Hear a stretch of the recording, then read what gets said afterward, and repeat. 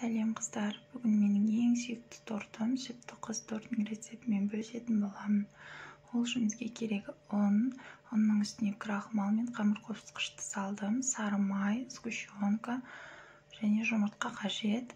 Ұн, крахмал және қамыр қопсытқышты міндетті түрде електен өткізіп алыңыздар.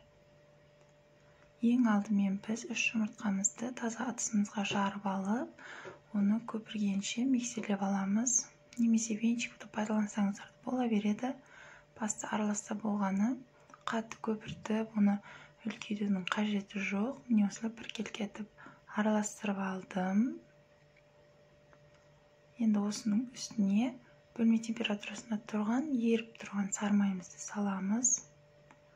Және де қойылатылған сүт, яғни сгущенканы саламыз. Сгущенканы сапасы жақсысын пайдалансаңыздар, дәмі де соған байланысты болып шығады.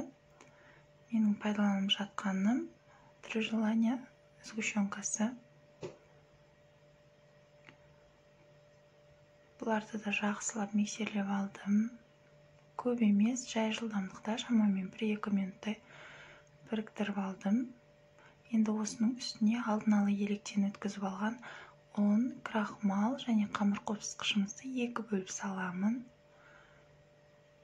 Бірінші жартысын салып аламын, сосын жақсылап араластырып болғаннан кейін барып қалғанын саламын. Бәрін бірдей салып араластырудың қажеті жоқ. Жақсы араласпай қалуы мүмкін. Крахмал, қамыр қопсытқыштарды қанша мөлшерде қосқанымның бәрін астына қалдырып кетемін. Сол жақтан көрсеңіздер болады. Міне осылай араластырып алдым. Қоюлығы осындай болуы қажет. Бұны 5-10 минутқа шамамен қойып қойсаңыздар, кішкене қоюланып бастайды. Міне осылай мен қойып қойдым. Және алдын ала формада дайындалып алған қыстырып осындай пергамент қағаздарға 3-4 ас қасықтан салдым. Және оны тегіс етіп жап шығамыз. Осылай ыңғайлы болады. Осылай 4 ас қасықтан салып, лопаткамен немесе пышақтың көмегімен де осылай тегістей берсеңіздер болады. Шет жақтарына көбірек жібере беріңіздер, себебі ортасы қатты көтеріліп қалуы мүмкін. Шеттері пәс болып қалуы мүмкін, сондықтан барлық жеріне біркелкі жауға тырысыңыздар. Бұл уақытта біздің духовкамыз қызып тұрды, 180 градусқа қыздырып қойдым.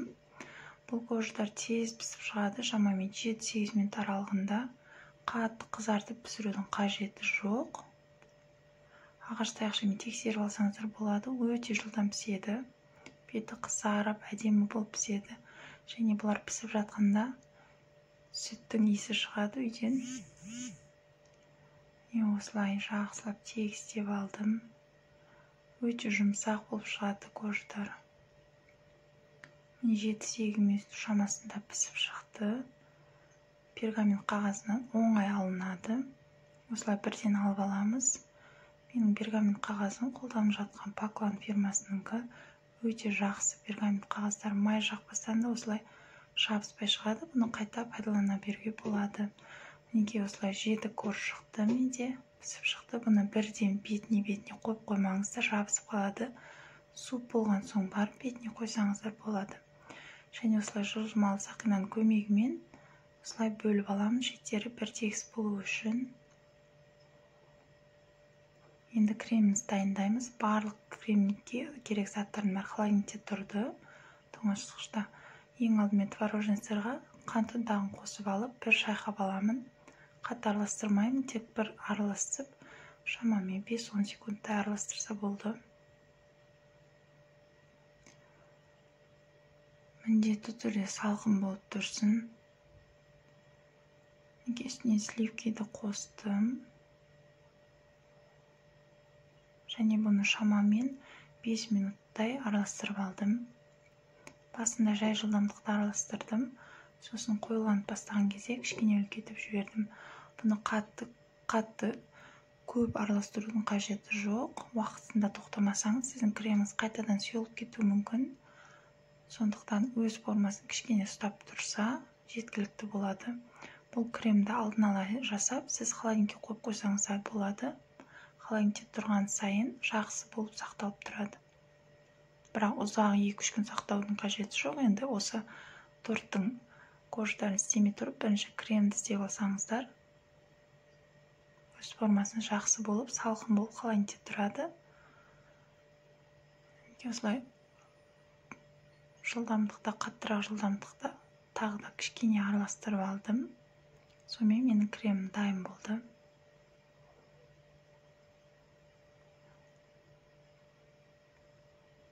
Кішкене өзінің формасын ұстап тұрса болды. Осының өзі маған жеткілікті, себебі мен кремді алдын ала жасап қойған болатынмын. Тоңазытқышқа салып қойдым. Мұздап, енді керемет болып тұрады. Болды, біздің креміміз дайын.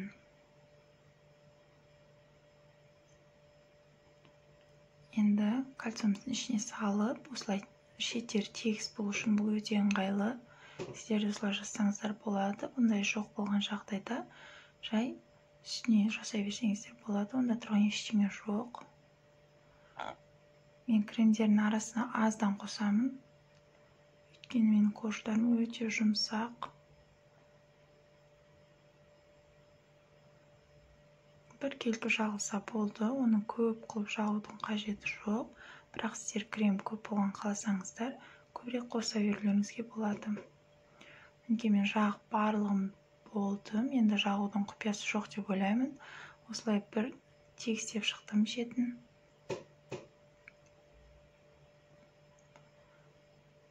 Менің кремім дайын болды.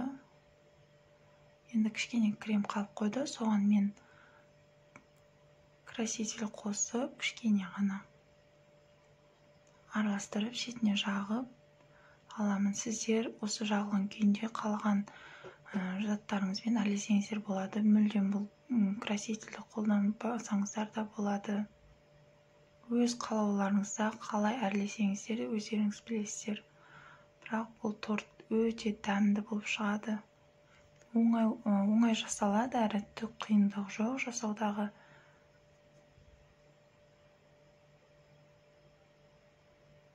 Негізі камера түсін дұрыс көрсетпей тұр. Негізі қызыл түс болған бұл. Неге осылай асты жағына кішкене жағып алдым.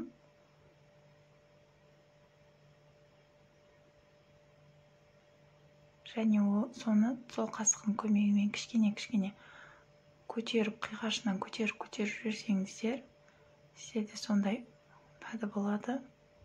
Дәл видеода көріп тұрғандарыңыздай. Неге осылай жасап шықтым, менің тортым дайын болды. Тоңазытқышқа тұрды, міндетті түрде 3-4 сағат өте дәмді болып шығады. Жасап көріңіздер. Менімен бірге болғандарыңызға рахмет, сау болыңыз.